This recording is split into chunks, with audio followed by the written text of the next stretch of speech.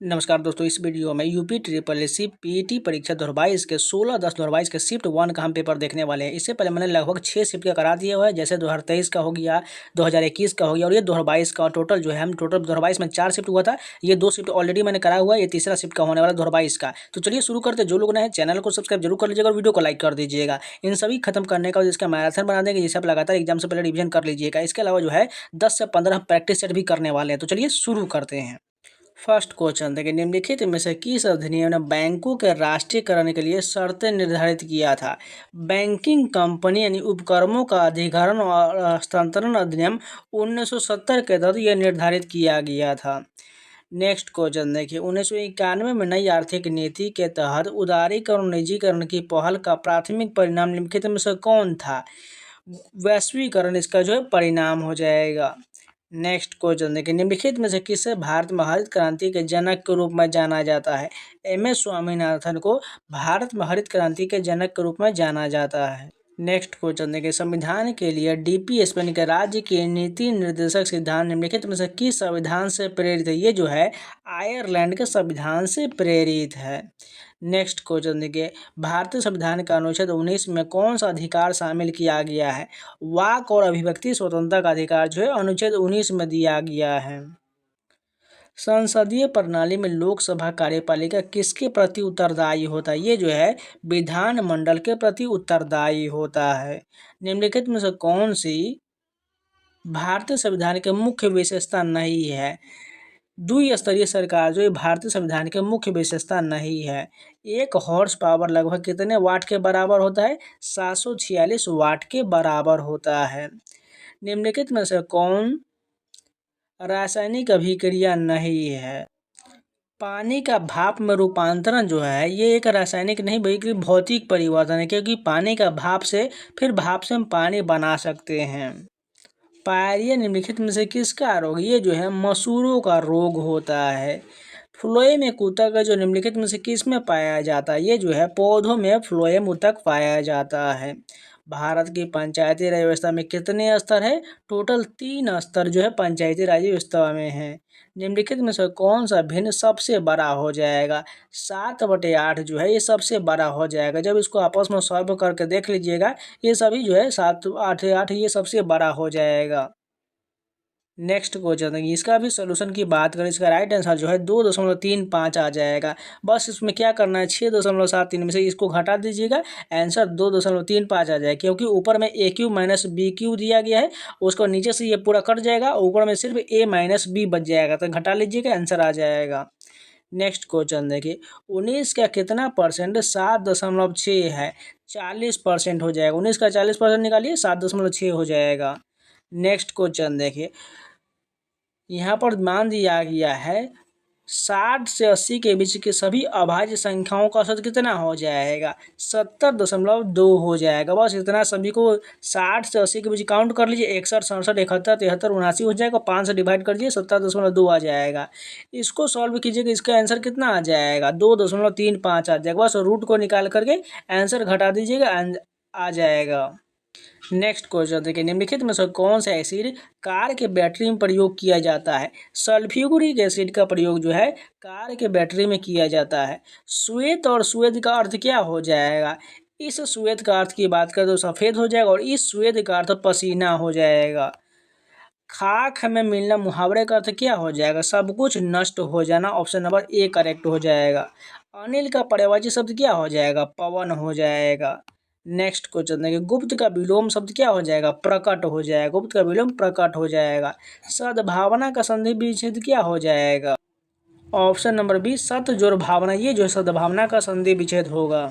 यहाँ पर एक इंग्लिश का पैसेज दिया, इसको पढ़ लीजिएगा पॉज करके, उसके बाद इसका यहाँ पर जो है आंसर देना है। नीचे में ऑप्शन क्वेश्चन दिया गया है। एलिजाबेथ्स न्यू नेवर लाइव क्या हो जाएगा? डाउन स्टीयर हो जाएगा।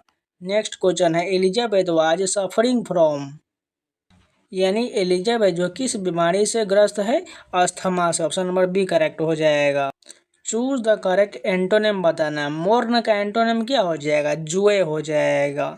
नेक्स्ट क्वेश्चन है, गिव वन वर्ड सब्स्टिट्यूशन बताना है। One who sells article at public sales, auctioneer हो जाएगा। चूज द करेक्ट सिनोनिम बताना। एग्जाइल का सिनोनिम यानी समानार्थी क्या हो जाएगा? बैनिशमेंट हो जाएगा। एग्जाइल का बैनिशमेंट हो जाएगा, यानी देश से निकालना हो जाएगा। नेक्स्ट क्वेश्चन देखिए, यहाँ पर जो है दिए गए कथन को ध्यान से पढ़िए और तय को में इन विकल्पों में से कथन के भी संबंध का सही दर्श बताना है। पहला कथन है, पुलिस प्राधिकरण ने हाल ही में शहर में सुबह के समय चौकसी बढ़ा दिया है। उसके अलावा दूसरा में है, शहर में छोटे मोटे अपराधों की घटनाओं में काफ़ी कमी आया है। इसका कौन सा प्रभाव सही होगा? ऑप्शन नंबर ए हो जाएगा। कथन कारण और कथन दो, इसका प्रभाव बिल्कुल करेक्ट हो जाएगा। नेक्स्ट क्वेश्चन देखिए, यहाँ पर हमें बताना है विषम को चुनिए, इसमें कौन जो है विषम हो जाएगा? देखिए इसमें बात करें तो इसमें 33 को छोड़कर सभी जो है अभाज्य संख्या है, लेकिन 33 जो है भाज्य संख्या है, क्योंकि ये जो है 1 से भी कटेगा, 33 से भी कटेगा और 11 से भी कट जाएगा, इसलिए 33 जो है भाज्य संख्या, बाकी सभी अभाज्य संख्या है। 6:10 पर घड़ी की घंटे के सुई और मिनट के सुई के बीच कोण कितना हो जाएगा? 125 डिग्री का कोण होगा। देखिए इसको कोण निकालने का फॉर्मूला होता है, यहाँ पर क्या करना है, 11m-60 करना है, तो 11 × 10 दिए, मिनट में कितना है 10 है, तो 10 करना है, उसका 60 यहाँ पर -60 और घंटे में कितना दिएगा 6 है, तो यानी 6 घटा दीजिए, बटा 2 से भाग दीजिएगा। इसका राइट आंसर जो आपको 125 डिग्री आ जाएगा। बस इस फार्मूला को याद रखिएगा, 11m-60 h/2 रखिएगा, जहाँ पर m का मिनट हो जाएगा, h का घंटा हो जाएगा। नेक्स्ट क्वेश्चन है कि यदि ए को 26 के रूप में कोडित किया जाता है, बी को 25 के रूप में कोडित किया जाता है, सी को 24 के रूप में कोडित किया जाता है और जेड को 1 के रूप में कोडित किया जाता है, तो मोबाइल के लिए कोड क्या हो जाएगा? अगर ध्यान से देखिएगा तो यहाँ पर सभी का उल्टा दिया गया, यानी अपोजिट लिखा गया। तो एम का क्या होता है, एन होता है, एन का 14 हो जाएगा, यानी 14 वाला कहाँ पर है, ये केवल ऑप्शन नंबर डी करेक्ट हो जाएगा। बस इसी से हम पकड़ लिए। नेक्स्ट क्वेश्चन देखिए, द अन्नामलाई रीड टेल नामक की डैमजल फ्लाई की एक नई प्रजाति की खोज किस राज्य में किया गया था? केरल में किया गया था। नेक्स्ट क्वेश्चन है, गोपी ने विवेक से कहा, वह व्यक्ति मेरी माँ के इकलौते भाई के पिता है, गोपी उन्हें क्या कहेगी? यहाँ पर देखिए ये ब्लड रिलेशन का क्वेश्चन है। सबसे पहले गोपी ने विवेक से कहा, यानी गोपी यहाँ पर है और विवेक यहाँ पर है। तो यहाँ पर सबसे पहले देखिए, गोपी ने विवेक यहाँ पर है, विवेक से कहा, वह व्यक्ति, यानी कोई व्यक्ति, मान के चलिए यहाँ पर कोई व्यक्ति है, वह मेरी माँ, यानी गोपी की कोई माँ है। यहाँ पर माँ को हम एम से मदर डिनोट करते हैं। इकलौते भाई, माँ के कोई भाई होगा, यहाँ ब्रदर यहाँ पर कर देते हैं। क्या पिता है, यानी ये व्यक्ति जो है इसके भाई और इसके माँ का पिता होगा, यानी ऊपर में आ जाएगा, यानी फादर को ऊपर कर देंगे। तो इस व्यक्ति गोपी का संबंध किससे हो जाएगा? इसका नाना हो जाएगा। कहाँ पर है? ऑप्शन नंबर सी करेक्ट हो जाएगा। नेक्स्ट क्वेश्चन देखिए, INS तरकस ने लाल सागर में डैश नौसेना का जहाज अलमआज PC-411 और निमेर PC-413 के साथ एक समुद्री साझा अभ्यास का आयोजन किया है। ये जो हो जाएगा सूडान में किया गया है। नेक्स्ट क्वेश्चन देखें, जागृति निम्नलिखित में से किस क्षेत्र से संबंधित शुभंकर है? ये जो है उपभोक्ता जागरूकता से संबंधित है। महाराष्ट्र में स्थित औरंगाबाद का नया नाम क्या हो जाएगा? इसे जो संभाजी नगर कहा जाता है, अब नया नाम संभाजी नगर हो जाएगा। भारतीय पारंपरिक विज्ञान पर किस देश के सर्वदलीय संसदीय समूह को आयुर्वेद रत्न पुरस्कार से सम्मानित किया गया है? यूके को सम्मानित किया गया है। टाटा पावर सोलर ने किस राज्य में भारत की सबसे बड़ी फ्लोटिंग यानी तैरती सौर ऊर्जा परियोजना शुरू किया है? केरल के द्वारा शुरू किया गया है। हिमाचल प्रदेश में 21 दिवसीय संयुक्त अभ्यास वज्र प्रहार 2022 किन देशों के बीच संपन्न हुआ है? ये जो है भारत और संयुक्त राज्य अमेरिका के बीच संपन्न हुआ है।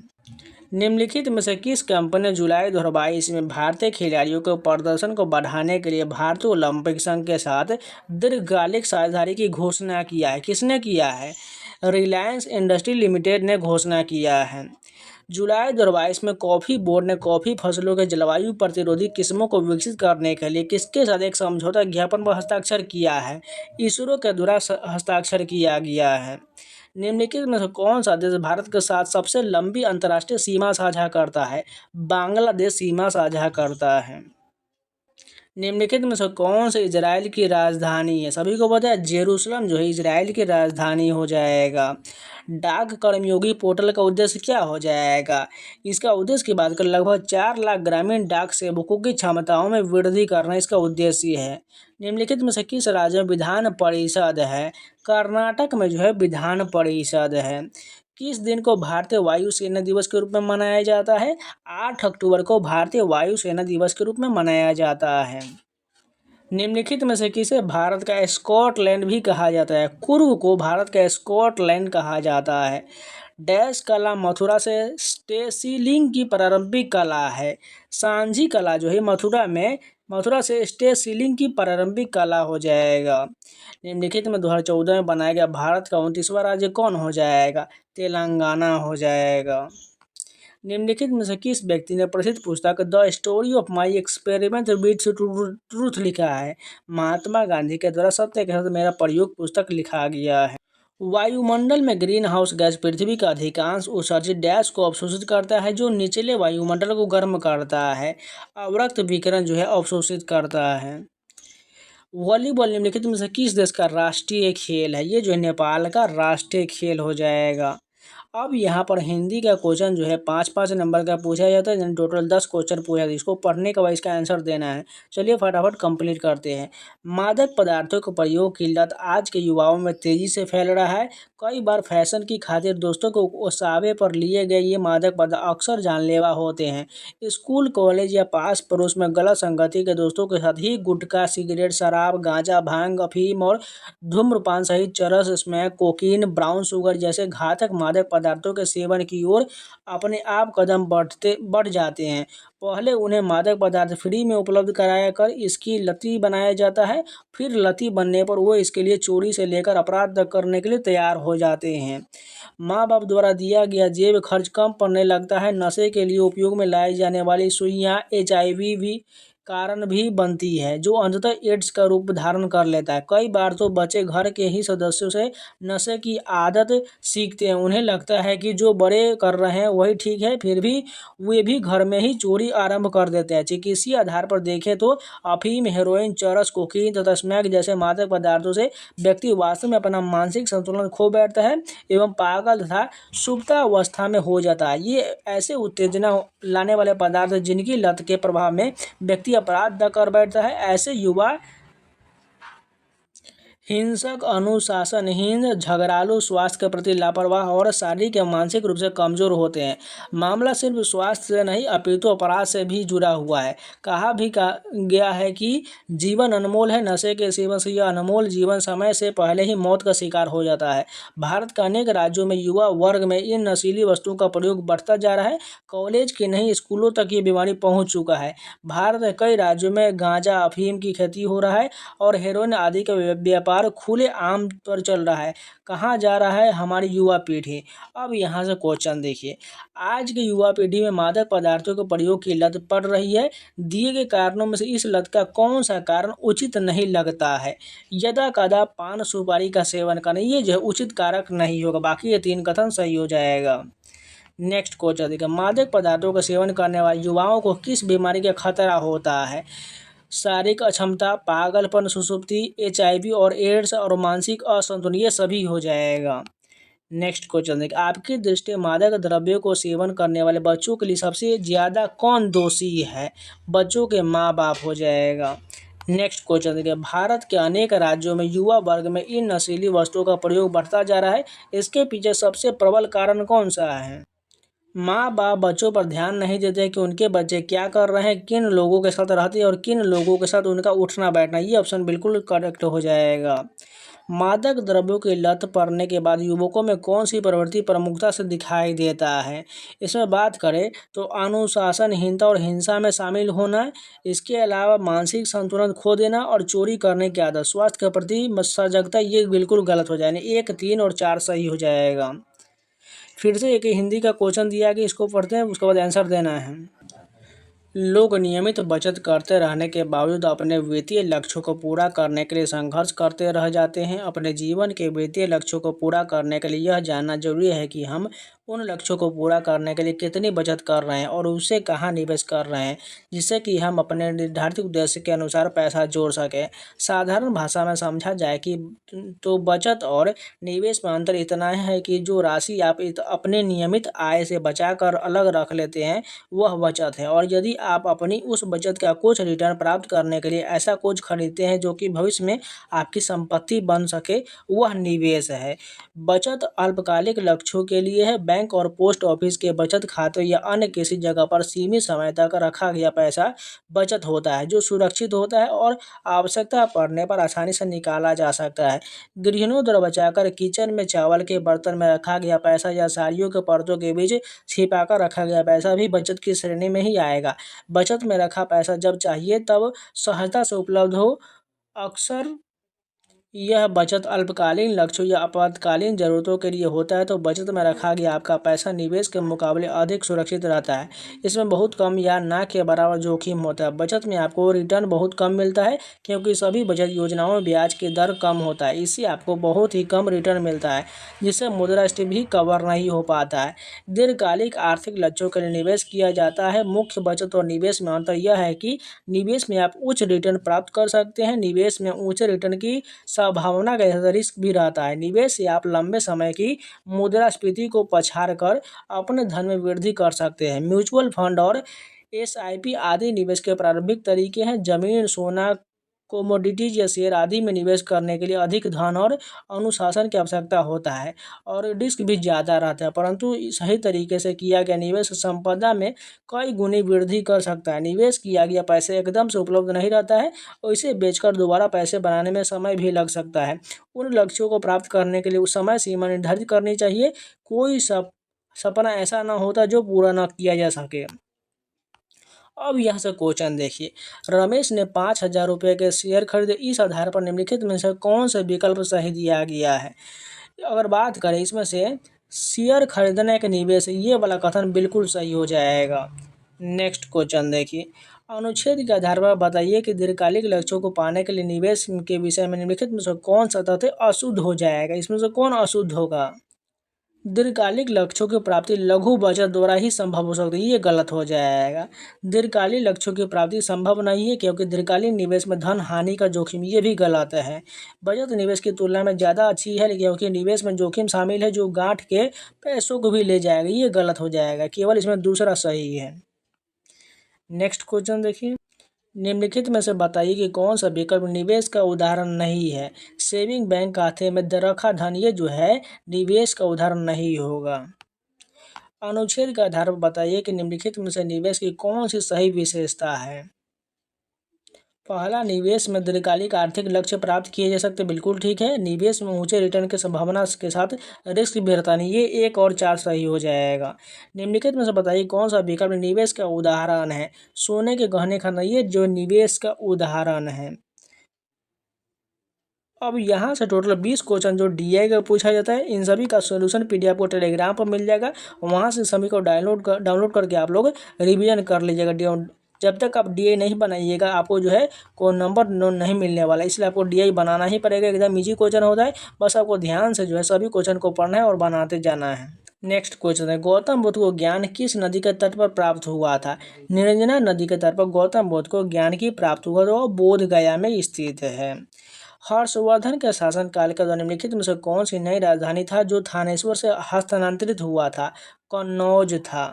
नेक्स्ट क्वेश्चन देखिए, निम्नलिखित में से किस नेता की ताकत छापामार यानी गुरिल्ला रणनीति से हो जाएगा। मराठा से जो है शासक का संबंध जो है गुरिल्ला रणनीति से हो जाएगा। हड़प्पा सभ्यता के दौरान डांसिंग गर्ल नर्तकी की कांस्य प्रतिमा बनाने के लिए डैश तकनीक का इस्तेमाल किया गया था। मोम लोपी ढलाई यानी कास्टिंग का प्रयोग किया गया था। पूर्ण स्वराज की मांग करने वाले प्रथम कार्यकर्ता का नाम बताइए। हसरत मोहानी हो जाएगा। निम्नलिखित में से किसे स्वदेशी आंदोलन का प्रमुख कारण माना जाता है। बंगाल को विभाजित करने का निर्णय जो है ये स्वदेशी आंदोलन का प्रमुख कारण माना जाता है। नेक्स्ट क्वेश्चन देखिए, ब्रिटिश ने निम्नलिखित में से किस भाषा को भारतीय समाज में प्रस्तुत करने की उत्सुकता दिखाया था। अंग्रेजी को उत्सुकता दिखाया था। नेक्स्ट क्वेश्चन देखिए, भारत सरकार अधिनियम 1935 का प्रावधान है ब्रिटिश सरकार के अंतिम अधिकार का एक उदाहरण कौन सा हो जाएगा। प्रांतीय सरकारों पर गवर्नर के लिए विशेष शक्तियाँ हो जाएगा। फॉरवर्ड ब्लॉक की स्थापना निम्नलिखित में से किसके द्वारा किया गया था? सुभाष चंद्र बोस के द्वारा फॉरवर्ड ब्लॉक की स्थापना किया गया था। खिलाफत मुद्दे को उठाने के महात्मा गांधी के निर्णय के पीछे का मुख्य कारण क्या था? हिंदू और मुसलमानों के बीच अधिक एकता लाने के लिए जो है महात्मा गांधी निर्णय के पीछे मुख्य कारण हो जाएगा। भारत में निम्नलिखित में से किस स्थान पर दिन और रात के तापमान व्यापक अंतर पाया जा सकता है? ये जो थार मरुस्थल में अंतर पाया जाता है। विश्व को कितने प्रमुख काल क्षेत्र इन टाइम जोन में विभाजित किया गया है? टोटल 24 टाइम जोन में विभाजित किया गया है। निम्नलिखित में से कौन जनसंख्या परिवर्तन का घटक नहीं है? रुग्णता यानी मॉर्बिडिटी जो है इसका घटक नहीं होगा। लक्षद्वीप की राजधानी निम्नलिखित में से कौन सा है? कवारत्ती जो है ये लक्षद्वीप की राजधानी हो जाएगा। स्थिरता के साथ विकास के उद्देश्य से निम्नलिखित में से कौन सी पंचवर्षीय योजना शुरू किया गया था? चौथी पंचवर्षीय योजना शुरू किया गया था।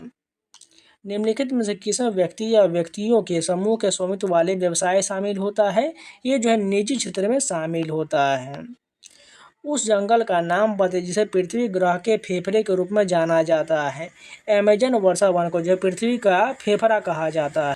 तो इस शिफ्ट के ये जितने भी क्वेश्चन थे कंप्लीट हो गया। उम्मीद है आप लोग को वीडियो पसंद आया और अगर पसंद आए तो लाइक कर दीजिए, अगर नहीं है तो चैनल को सब्सक्राइब जरूर कर लीजिए। कोई इन सभी का पीडीएफ पाना चाहते हैं तो टेलीग्राम ज्वाइन कर लीजिएगा। यहाँ पर स्कैनर दिख रहा है, स्कैन कर लीजिए या टेलीग्राम पर जाकर सर्च कर लीजिएगा एसएससी एस्पिरेंट 7। वहाँ पर आपको फाइल सेक्शन में सारा पीडीएफ मिल जाएगा सोल्यूशन के साथ, जाकर डाउनलोड करके रिवीजन कर लीजिएगा। इसके अलावा टेक्स्ट बुक का पास परचेज करना चाहते हैं जाकर परचेज कर लीजिए। कूपन कोड 7 अप्लाई कर लीजिएगा। SAWN आपको 12% का डिस्काउंट हो गए, सभी प्राइस कम हो जाएगा। मात्र 571 में आपको 1 साल का पासवर्ड मिल जाएगा, जिससे आप UPSSC के, UPSC के, UPSI के, यूपी पुलिस के या SSC रेलवे बैंकिंग संबंधित टोटल 900 प्लस एग्जाम के आपको mock test, sectional test, chapter by test, बहुत सारा टेस्ट मिल जाएगा। जाकर परचेज कर लीजिए और अब टोटल अपना मॉक टेस्ट लगाना शुरू कर दीजिए। तो चलिए मिलते हैं नए वीडियो के साथ, तब तक के लिए जय हिंद।